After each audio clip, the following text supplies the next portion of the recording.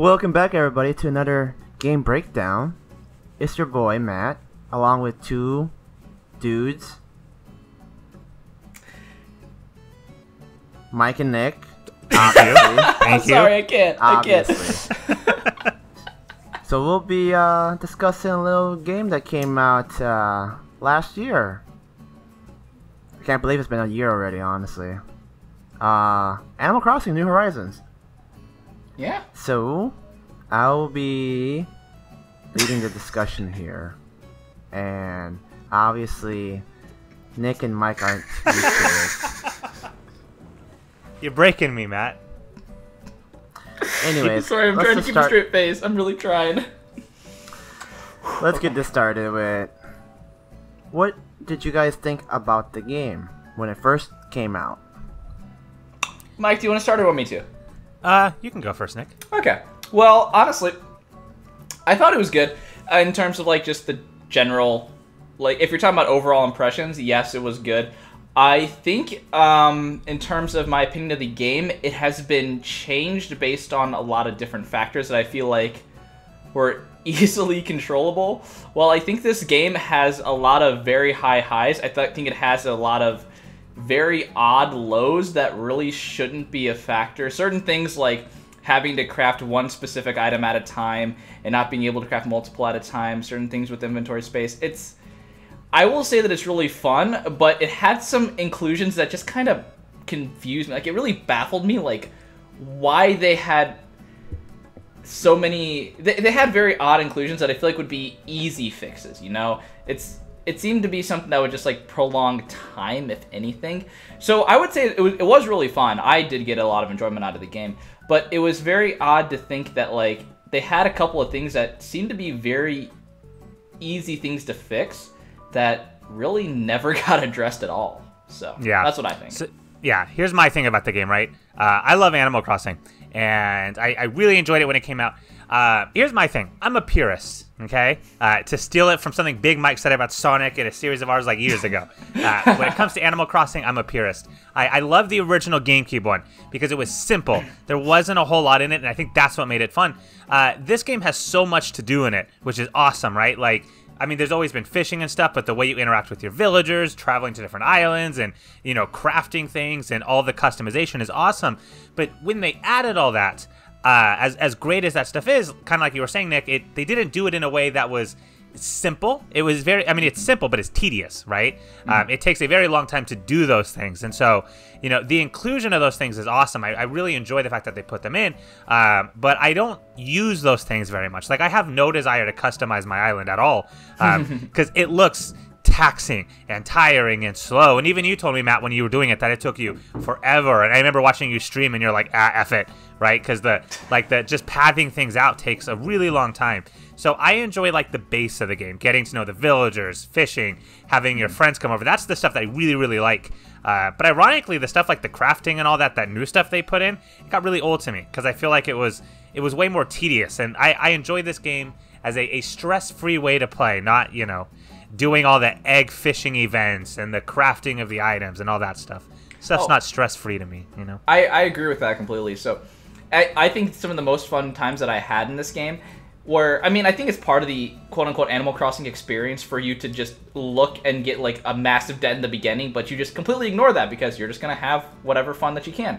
And yes, there's a lot of ways around the ways to make bells and actually pay off those loans to be able to get a bigger house, to be able to get, like, the terraforming for your island and whatnot, and to get more villagers there. It's cool to see those additions happen, and I still thought it was fun when they happened, but for me, it does hit a point where it's just like, okay, now it's to the point where, like, it overcomes the novelty, I guess. I'm not sure if novelty is the right word for this, but it gets to a point where it's like, okay, yes, this was fun, but like Mike said, it's getting to the part of, like, it's getting too tedious for me. For me, it was too tedious for me when I had no inventory space and I just wanted to keep exploring, to always have to go back to my house to put stuff in, or constantly be selling stuff off because I only had 3 rows of inventory.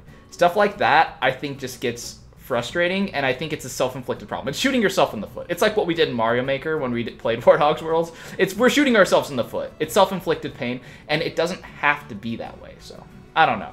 Still a very fun game, but some baffling conclusions in my mind. So going back to what Mike said about playing the original Animal Crossing, Nick, you played that game as well, right? Or no? Maybe like a couple minutes. So okay, never mind. When we first got our GameCube, we had it, but like memory, like we didn't. When I was a kid, I never understood the concept of storage and memory.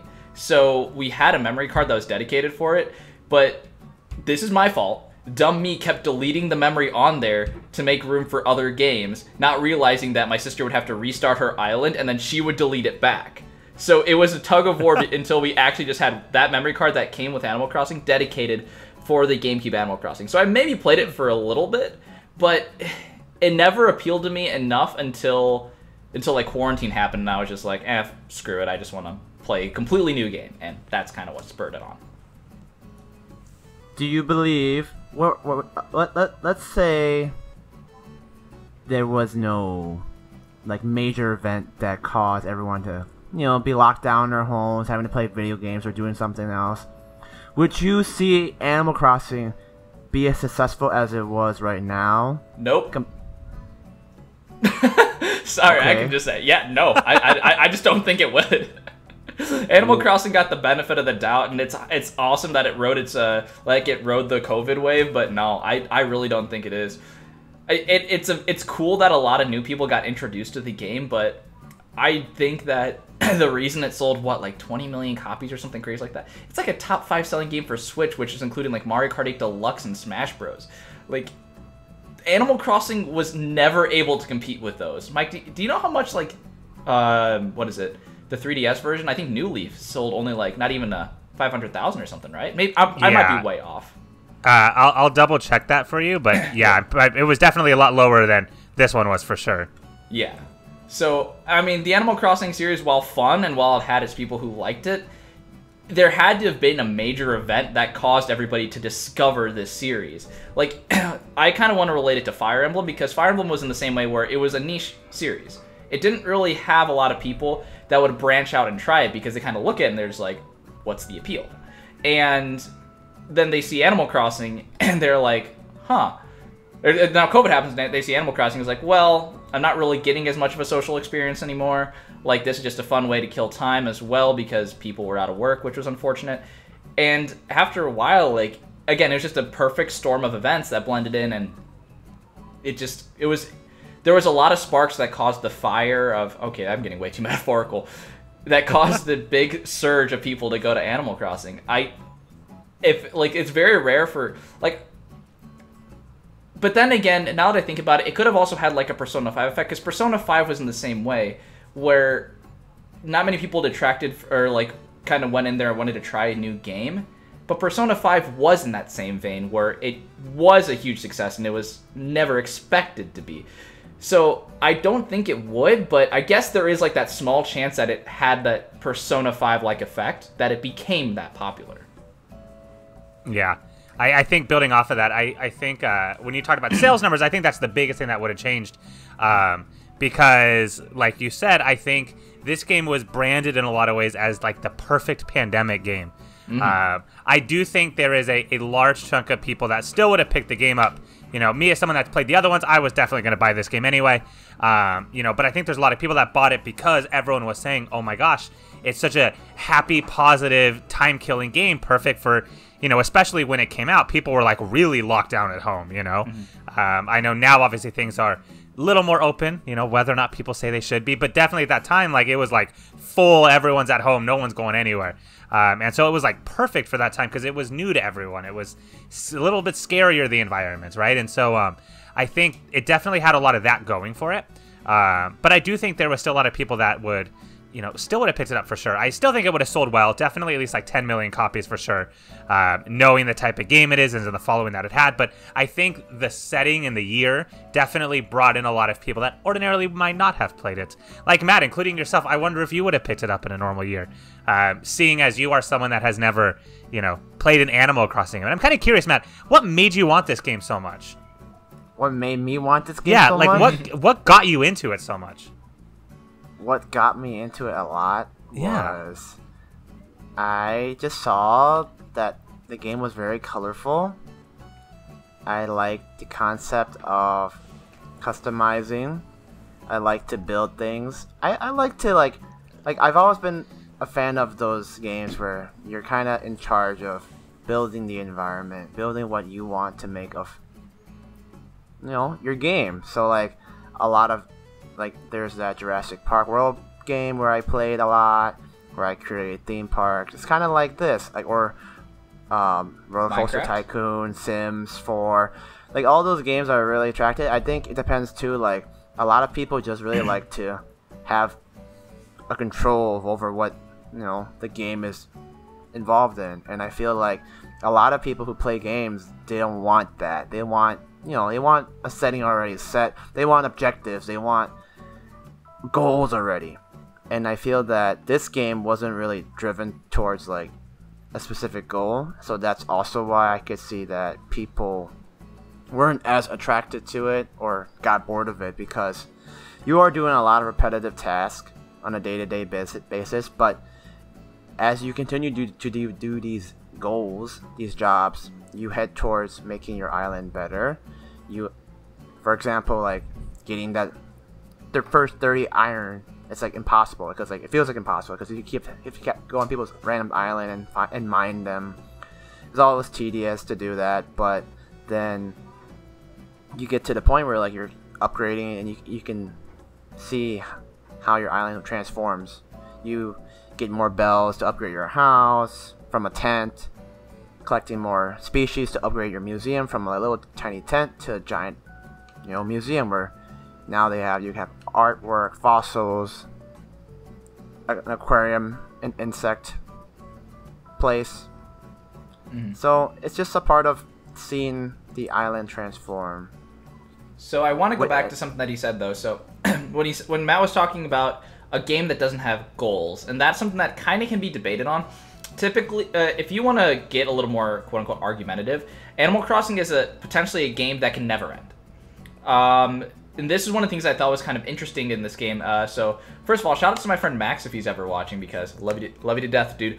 But it's very interesting because I was over visiting him one time, and while we were playing, because he's actually one of the people who I would go to Smash Bros tournaments with.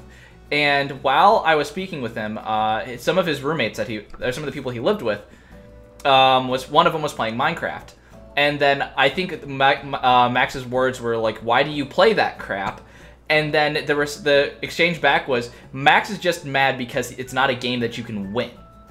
And I thought that was interesting, because I thought to myself, like, huh.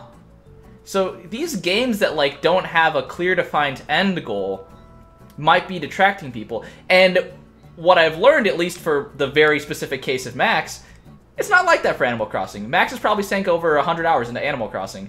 And I thought to myself that he was definitely one of those people who, if there isn't an end goal, if there isn't a final boss, if there isn't some kind of easy to see path to victory, it would disinterest him.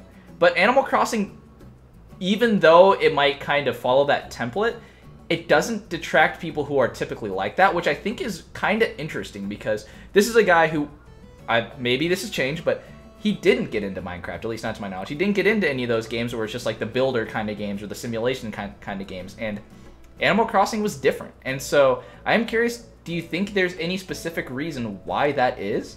Because I have my own theories, but I don't know. I want to just see what you guys think. Well, I have this book. And, I really enjoy this book. It is called A Theory of Fun for Game Design. And I've been reading this just because I've kind of trying to look at games from a different angle because I love every single game I've ever played, you know, even like if it's a shitty game, I enjoy it. So I'm trying to like, Bullshit. You know, really dive in. It's true. I mean, there are some games I have not liked, but I enjoy the experience of everything, right? I'm very like, what? Anyway, so the point is, so I've been reading this to like really try to dissect games a little bit more. And like the one recurring theme that I've seen that like they're trying to sell is that what makes video games fun is the idea that as you're going through it, no matter how good you are or no matter what level you're at, there's always something new to learn. And I think like in Zelda games, right, by the last dungeon, you're an expert, right? You know how to use your sword, but you get a new item. You get the light arrows. You face a boss with new patterns. So there's always something new being thrown at you that kind of keeps you on your toes. It's not the same thing as constantly building. Then I look at Animal Crossing, which completely breaks those rules. but it's still a fun game. And so I think part of the reason that Animal Crossing is so divisive is because it breaks the pattern that most games try to do, which is try to continually throw something new at you. Animal Crossing is the opposite. Animal Crossing rarely ever throws anything new at you because that's the point, right? You're not supposed to be on your toes. You're supposed to be relaxing and doing nothing. And so really the newest thing you get in it is the customization. They slowly open it up. But then at a certain point, you don't get a credits or an end scene, right? I feel like the end of Animal Crossing really is you have a 5-star island. Here you go, customize, right? And then from there, that's like the post-ending, right? Kind of like in Dragon Quest after you beat the boss and you kind of just roam around. So I feel like that's where the game ends, or you can say, some people say it's when you pay off your house. But the fact is there's no like building up, right? It's the same thing the whole time. You just have to do more and more of it as time goes on. So I think that's what turns off a lot of people is, you know, like you said, I would assume someone like Max then probably wants something new in the game that's being introduced as you go through. That's what most people want. Animal Crossing is not trying to deliver that experience. So if you are going for a typical gaming experience, Animal Crossing is terrible because it's not that. Animal Crossing is a great game for, I just played Doom. I am extremely stressed out. My heart rate's going 120. I need to relax a little bit. Let me pop in Animal Crossing. It's a different type of game that doesn't follow traditional game design. But I think that's the appeal of it. But I think that's also what turns people off to it too. So. Completely agreed. Completely agreed. And I think what's super unique about, like, I'm sorry, Max, if you don't like using you as an example. I just think you're the first one that popped into my head. But I think what's so interesting about Max as a specific case is, like, he's the kind of person that, would just get, like, thrown into fighting games. Like, those kind of games where it's just, like, nonstop action and, like, you're winning, you're losing, you're constantly, like, trying out different moves and whatnot. And it's very weird that I'm comparing Animal Crossing to that because, I mean, well, really they're just a stark contrast. Like, they're not the same thing. But if you look at it instead of saying that, instead of looking at it as a direct comparison and looking at it as kind of like antithesis, I am not using the right words right now, but kind of like as a counterbalance, it does make sense. Where it's just like, all right, yes, I played fighting games. Like, I just played this dude online. I was kicking his butt and whatnot, and it's just like, but now I just want to de-stress. Like, I don't want to get amped up. I want to de-stress. I want to unwind. Like, another example is my friend Danny. My friend Danny, she plays it as like before she's about to crash and like go to work the next day or whatnot. It's cool because this game works in a very different way than a lot of traditional games would be, than an RPG, than a FPS game, than a platformer or whatnot. And I think that's really cool, where it kind of like fits in the gap wherever you need it to be. And I think that's super unique about Animal Crossing, especially New Horizons. Yeah, I would say Matt definitely plays Animal Crossing the same reasons that I play Mario Maker 2, right? It is a turn your brain off game. You don't have to worry about like an end goal. You don't really have to focus on anything. You just kind of press the buttons and play, which I think is... I don't think I've never met anyone that plays Animal Crossing as like their main game, except when the game first came out, you know? Now it's definitely a game that people play sporadically, right? You know, just a few hours here and there, right? So, yeah, I feel like that's kind of what the intention of the game was, too. It was never meant to be, you're going to play this game 5 hours a day, right? It starts out that way, of course. But, you know, after a few months into it, it starts to settle down, and it's like maybe an hour or so a week, maybe a month, you know, I go back and visit and do stuff. It definitely turns into something you play a lot, like, you play a little bit over a very long period of time. Whereas most games are the opposite. You play a lot of it over a very short period of time, you know? And I think Animal Crossing is definitely designed as one of those games that is supposed to have that longevity too, where it's not supposed to be that game where you play it for, or let's compare it to an RPG. Like, you sit down, you play it. I think Travis said his playthrough of Astral Chain was about like 25, 35 hours or something like that. You play it, you put it down, you may go back to it later if you want to. But Animal Crossing is that kind of game where you play an hour a day. It actually fits more in line with like a mobile game where you constantly are revisiting it, which that's one of the things that I did want to mention is the fact that I kind of like it's unfortunate that the mobile version is probably it's getting supported more, especially with the microtransactions that it has. But it is nice the fact that this that as a Switch game, it has been still getting updates like throughout like the year or whatnot, and the fact that the console game is getting that, I think is really cool, and I'm gonna keep my fingers crossed that it stays that way. But in terms of the way that this game works and the way that this game is designed, it seems to be more... It seems to be that it would fit better on a phone than on the Switch, because you really don't need to sit down and play this game. You can just kind of mess around with it on a... Like, you don't need to sit down with a controller in hand to really play this game. But I mean, you can play on a Switch. You can take it wherever the hell you want. You can't play it portably. I guess the way that I usually play my Switch is more docked, like as a home console. Yeah, so, yeah. But yes, you can't play it portably. Mm-hmm. All right.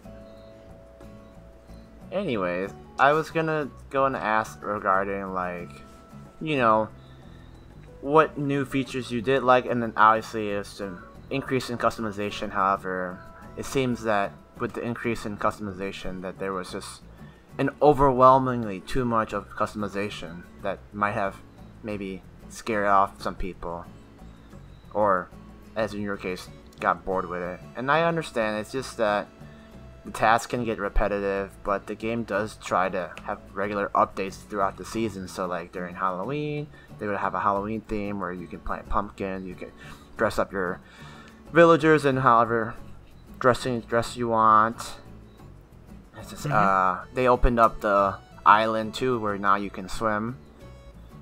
People were complaining about not being able to explore. Now you can explore the seas now, even though it's like freaking -50 in some places, but it's alright. We don't live in Utah, though. So there you go. Whatever. That's true, I guess. Well, to answer your question, Matt, you might not like my answer. I didn't like the updates. I'm more old-fashioned, I would say, especially when it comes down to games. I think that they should be able to stand on their own when they come out. Because for me, games get one chance for me, usually. In a typical game, I will try out once, and if I don't like it, I put it down and I move on. It's really rare for me to actually revisit a game unless they actually like got me in the beginning. So Animal Crossing did that. Animal Crossing, I sat down, I enjoyed it, and I liked what it was, and I kept going to it. And the reason I didn't like the updates, and I know we've brought it up multiple times, and me and Travis both have this same complaint, was the Easter event. And so if you've already heard this, I apologize for mentioning it again. But when you have a limited inventory space and you're aiming to get very specific items, it's very frustrating when you don't get those and you get something you don't want. And that's what the Easter event was for me and for Travis, was the fact that we wanted to, say, chop down a tree and get wood. We would get a wood egg instead. It would take up inventory space, and we didn't want that to happen. So to me, once that happened, that was my moment of I put down the controller and I stepped away from the game. And to be honest, I haven't gone back. So I enjoyed my time with the game. I had fun with it. But that was the game's chance. Like, you had me hooked. You had me invested in the game. But you lost my interest, and so I'm moving on to other ones. This is an issue that a lot of people have. We have so many freaking games to play at this point. I have a huge backlog of crap that I still need to play. And I'm not going to keep giving games chances for me to come back. Because I'm not that kind of gamer where I keep going back to a game. Like, I think that's kind of... For me, it's not the kind of way that I would prefer to play a game. So some people are like that. I mean, some people are like, oh, there's a new update for this game. Let me check it out again. I'm not like that. So for me, I think the update completely detracted me, and I don't think I really am going to play it again. I think the only times when I would play it is if I wanted to visit either an island, one of your guys' island, or one of my friends' islands from back home. But otherwise, I don't care for the updates anymore because they already lost me. So maybe that's like a cut and run kind of option, but I'm like, fuck it, that's me at this point. Like, I have other games to play. You brought up the Easter event, which is Matt's trigger, Nick. You know that. I know, I'm sorry. I could tell Matt has something to Nick, say. maybe, you know, don't put the blame on the game when you're the person playing the game who doesn't unlock the 4th slot. It's your fault for catching eggs, Nick. If you've had... No, you did not. You said you only had 3 rows. You said you only had 3. I was still playing it when I had 4 rows, and it still happened. Did you pray to the fishy gods for fish beforehand? Otherwise, that's on you, buddy. Dude, I would have rather had a sea bass than those damn water eggs, let me tell you. But they made different changes. Now they don't do those as much. Yeah. I think they learned from the Easter event, but unfortunately that's... I'm sorry, guys. That's the way that I play games, and you can get mad at me. I'm fine with it, and I'm sure they had great events, and maybe Mike's had a different experience. But for me, that was my moment where I was like, okay, time for the next game. I don't think that's a bad thing to do. If you're not enjoying a game, you don't have to keep playing it. Yeah. Well, that's the thing, because you are goal driven. You know, you fish for a purpose, which the Easter egg event completely eradicated. It makes it hard if you're goal driven. Animal Crossing doesn't cater necessarily to goal driven all the time, which is the problem. So if you're playing it like you talked about before, you know, with a purpose, trying to reach an end, you know, events like that can be frustrating because they're like roadblocks. Well, so I understand that.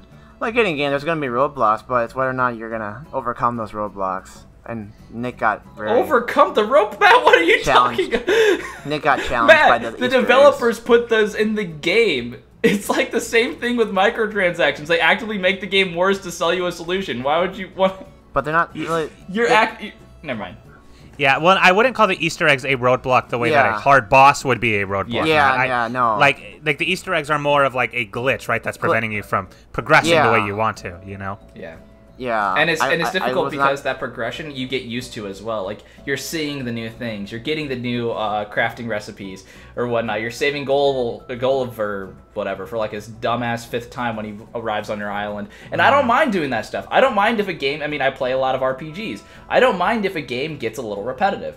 The issue for me was when that kind of progression gets halted, and that's usually the point where I would either like put the game down and move away. Or I would say, okay, have I been enjoying the game enough that I can really like I can ignore this? So that's the kind of the issue in the theory of fun. Yeah, no, progression is extremely important, and Animal Crossing does it in a very unique way. But the way that Animal Crossing did progression for that event, like, it was very clear that they wanted to incentivize you to enjoy the event, which led to me and Travis not liking the event at all. I would have liked it if like the rarity of the eggs was like a little bit less or something like that, because I didn't care about getting all of the like.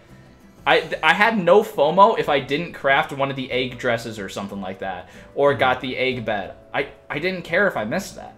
So for me, the fun of it was, I don't know, making like a picnic table bench or something like that.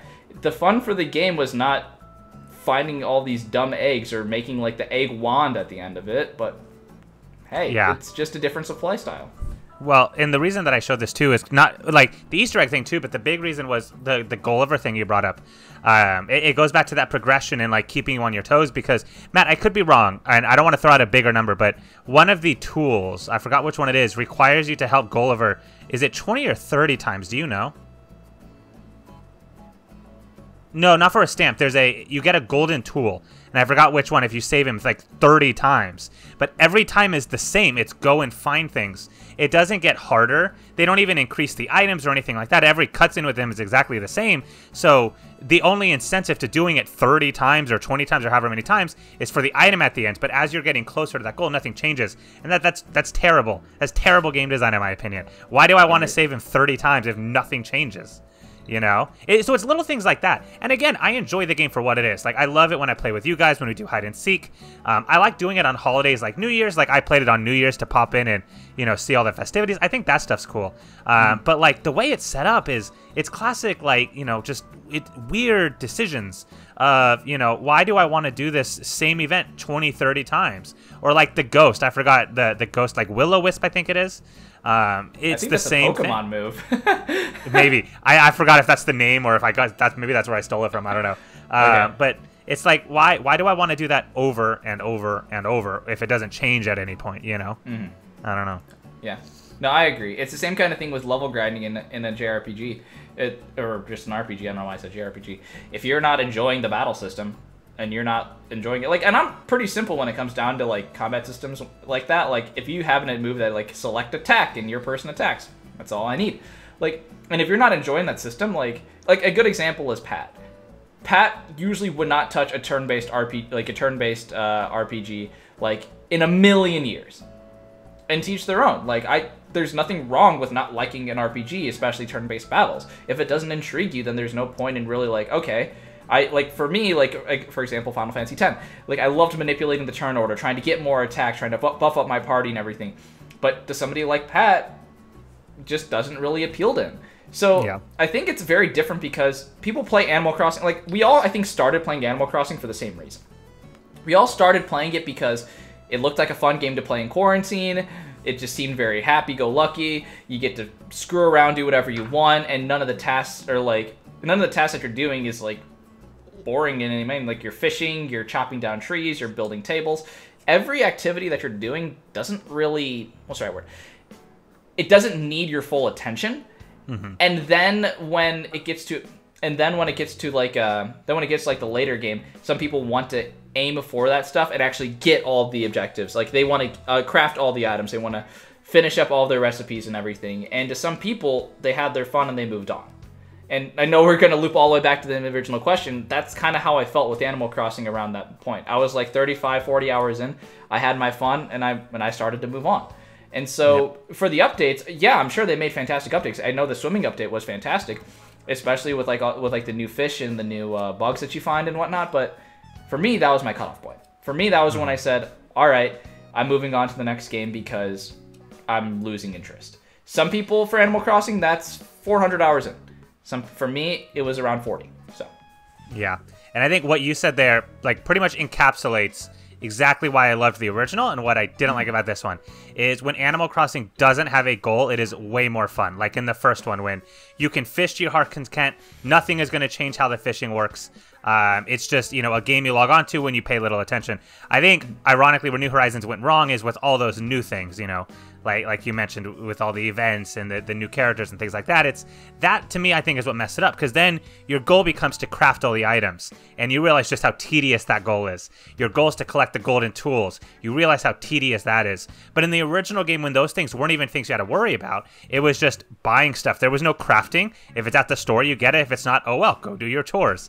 I think that's what made that game more fun, is you didn't have a goal. You played with your mind shut. And Animal Crossing, to me, when you had a goal, that's when it burned down. Unless, of course, you are like Matt, who loves, like you said, Jurassic World evolution and customization and building stuff, because then it's a lot of fun. I see the appeal in, building out the island. I've never been a fan of, those types of games, except for Roller Coaster Tycoon, because I loved killing people on roller coasters. You sadist. So basically, if this game allowed you to kill your villagers, Mike would totally be into this game, honestly. Yes. I'd be down. Yeah. If I could do that thing that guy tried where you isolate your villagers on a little island and then they would die of starvation, I'd be all back in this game. That's the next update.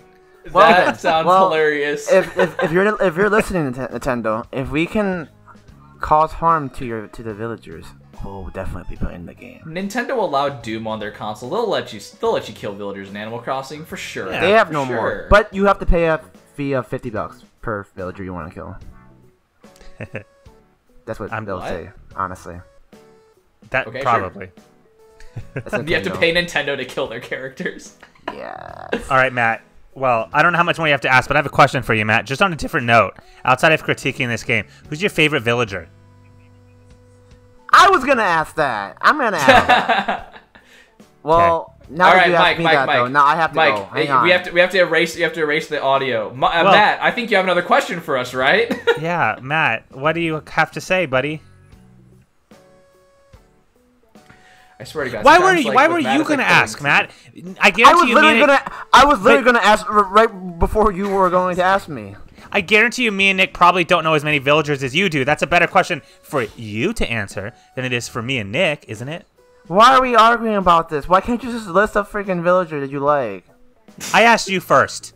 Now I'm going to be stubborn about it. It's not going to be part of this. Nick's editing this out. This is the most third-grade argument. I asked you first. You didn't ask the question. You never asked it. I was thinking about it before you thought about it. But you never said it. Say it. I thought about it because I didn't want to interrupt you guys. Were talking about other shit. No, Matt, Nick said, all right, rewind, and then you sat there with a stupid face for 5 seconds. We were waiting for you to ask the damn question. All right, my favorite villager is Roland. Because he's so awesome. I honestly... What? Nothing. That was a good answer. I couldn't tell you my favorite villager because I don't know any villagers. Okay, I'll say mine. Who's that chicken guy that always runs around? Dude, there's like 8 of them. I don't know. The one that always ducks his head and does the Naruto run sprint as he's running. There's 8 of those guys. Well, I don't know what his name is, but I liked him. Apparently, he's not really a favorite if you don't know his name. I don't remember any of the names. The reason I liked him was because I gave him two things, because he was already a chicken, so he was yellow. So I gave him a yellow rain jacket. I also gave him a construction helmet because I thought he was gonna hit his head on something. So he was my favorite because I made sure to give him head protection. See, Matt's an elitist because, you know, you couldn't think of the name right away, and then he insults you and degrades you. I'll look up the name, Matt. My favorite is Jacques. Wait, what? My favorite is Jacques. Who's Jock? A villager in Animal Crossing New Horizons. What species? He is a bird, Matt. What type of bird?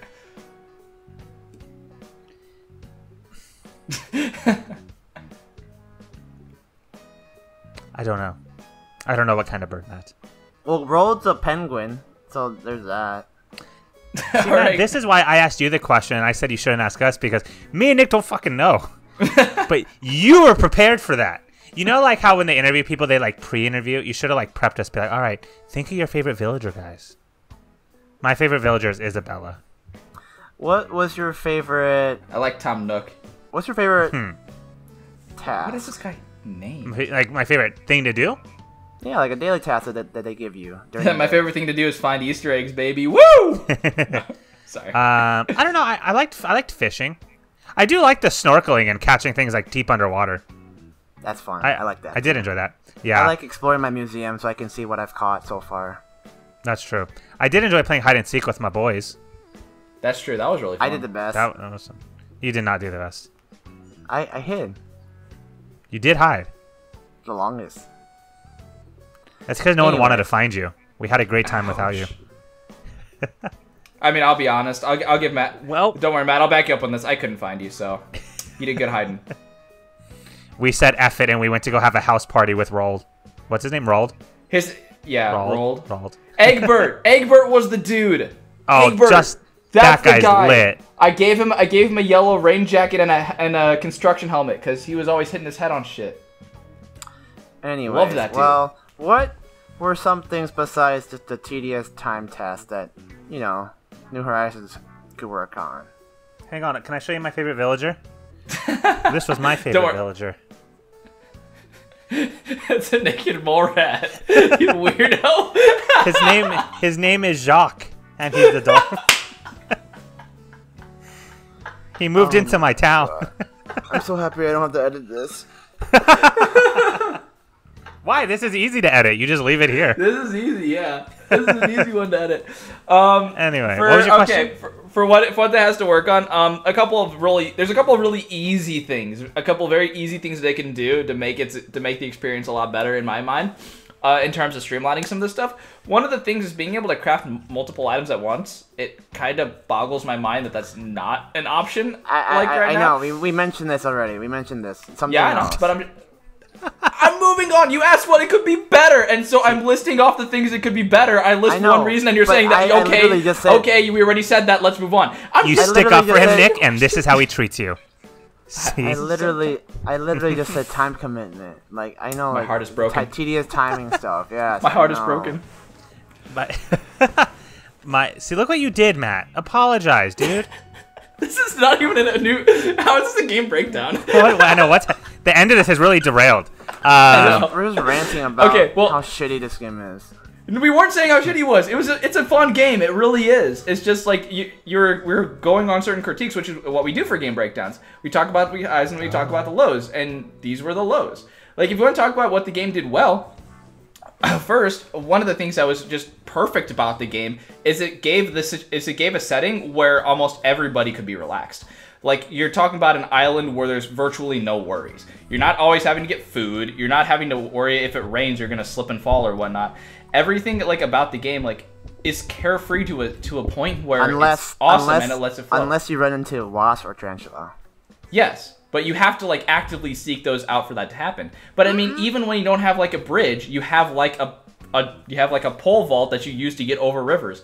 Nothing in this game makes you look at something that's stopping you from making your island look more beautiful and give you a difficult solution to do it. So that kind of carefree, laissez-faire attitude of approaching in your island and being able to unwind no matter what the situation was perfect. So Animal Crossing did that very, very well. The crafting system also was pretty easy to use. I just think that it could be better by crafting more items. It's stuff like that. We acknowledge the good that the game has, but I mean, if the question is what it can do better, that's one of the easiest ones that it could do better. Another thing, honestly, that I think it could do better was the way that you interact online to get from point A to point B. Nintendo's always really been bad with online. I don't understand why they had to make it where like you both have to open up your island, like you have to have everything stop and everything freezing around for somebody to get there. Like I know that it's more complex than I give it credit for, but I mean like it seems to be a lot more tedious stuff, and like I feel like that the online could have been a little more integrated, easier. I guess I don't know. There's no really like example that I could have to say like it could be better if they just allowed you to get on the island easier or something like that, or make the plane quicker. I don't have anything like that, but the online definitely was rough, I would say. Here's my personal opinion of something, and this might only apply to me, I don't know, but I would have loved it if when you are customizing your island, if like Isabella would have had like, I don't know, children the way Tom Nook does, that when you were like customizing and making paths, that instead of going through each piece, it was like an overview, a bird's eye view, so it could be done a lot quicker. So if I want to like, you know, trim the slopes, I could just like slide my finger over the slope and it would like all curve down, and then like there'd be like a cutscene where like her little puppies go out and like do it all really quickly, right? I wish the customizing island aspect would have been a lot quicker and a lot less tedious, so you don't have to dig, step forward, dig, step forward. You know, I wish it could have been sweep my finger. Okay, now there's a whole path there. Make the process a lot quicker, I think. I think that would have made it a lot more fun for me personally. I also think one thing that is a very minor thing, but it's about the stock market. I think that the way that they incorporated it, like, I understand how people find that more interesting, having to check on, like, well, what's the turnip price or whatnot. I remember Matt would be messaging me saying, hey, what's your turnip price? Just to see if it's high enough for him to sell all the turnips. Yeah, I know. But ever since GameStop, he stopped doing that kind of stuff. Ever since that. But that kind of way to benefit the most from the system, having to check in twice a day just to see what like the price is, that kind of stuff I think is not the best. Now, yeah, I know you can visit other people's islands and whatnot, but that involves like adding somebody or punching in like another code to go to their island or whatnot just to get the best price. Yeah, that kind of stuff I think is, to me, it just, I don't like it. I don't like having to like section out like a specific time of day just to check something, and if it's good, then I keep playing to get more bells or whatnot. I don't like that idea of. Mm-hmm. I don't like that like end goal of the stock market, or like the best way to utilize the stock market is to either check all the time or go to somebody else's island. It's like, well, if it was like, I would rather have it like maybe like once every couple days or something like that. It definitely incentivizes you to play more of it, but I didn't care enough to check that often because it fluctuates that much, I guess. Well, yeah. They didn't care about you, Nick. They care about the majority of people who they were targeting. Damn. What does that mean? Those people want Matt, to check their why do you prices. ask a question on criticism, then when he gives it, you just degrade and insult him? Yeah, let the man have his opinion. When have we done a game breakdown or a podcast and I've gotten mad at you for giving an answer? Or actually said like an insult for giving an answer? Also, what the fuck does it mean they're trying to appeal to the broader audience? The broader audience, stop playing the damn game, Matt! They're still playing. Yes! Look at the active player base! They're active. Never mind. Alright, well, that was a productive discussion, everyone. Hope you enjoyed this game breakdown. Matt, have you ever seen Between Two Ferns with Zach Galifianakis? That's a perfect. That's what the last half of this game breakdown felt like. Alright, I stopped my audio. What? Wait, what? What? What? We're done, right? Well, I'm not allowed to say bye. Me and Nick can't say bye? No. That's it? No, I didn't stop it actually yet. You can keep going. Are you lying? No, it's still going. What the hell is wrong with you? This is the worst game breakdown we've ever done, boys. I hate love this it so much. I love every second of it. Alright, well, I guess that's it. If you guys have other game breakdowns you want us to do, hey, Mike, that's the host job. Thank you very much. I'm sorry. Well, the host apparently doesn't want to do it. Audio already. Hey. No, I didn't stop nothing. Okay, anyways, let us know what you think, guys, about this game breakdown. Please leave a comment in below. Please, right there. Please leave a comment. please. Please tell them that they're wrong. Every comment lets Matt give Mike a piece of food. Let him eat tonight. Please tell Mike and Nick they're wrong and that Animal Crossing's really good, guys. Please. Every like of this video, I will make sure not to, go say hi to Mike and Nick in person. If this video gets 100 likes, I'll unlock Matt out of my basement. Really? Yeah, maybe. We'll see, bud. We're really bad at signing off videos, but this is like way worse. You know how bad it was when we like started talking for like did the we stop podcast or not? one, and it took like a couple minutes, and we stop? had like a blooper reel. Is this gonna be like at a blooper reel at the end of the video? Like Nick, this whole video is a blooper reel, man. All right, we're just gonna roll with the punches. Okay, it's a train wreck, and I'm riding it off the cliff. Did we stop? It's awesome. You started off. You're the damn host. All right. Bye, everybody. Bye, everybody.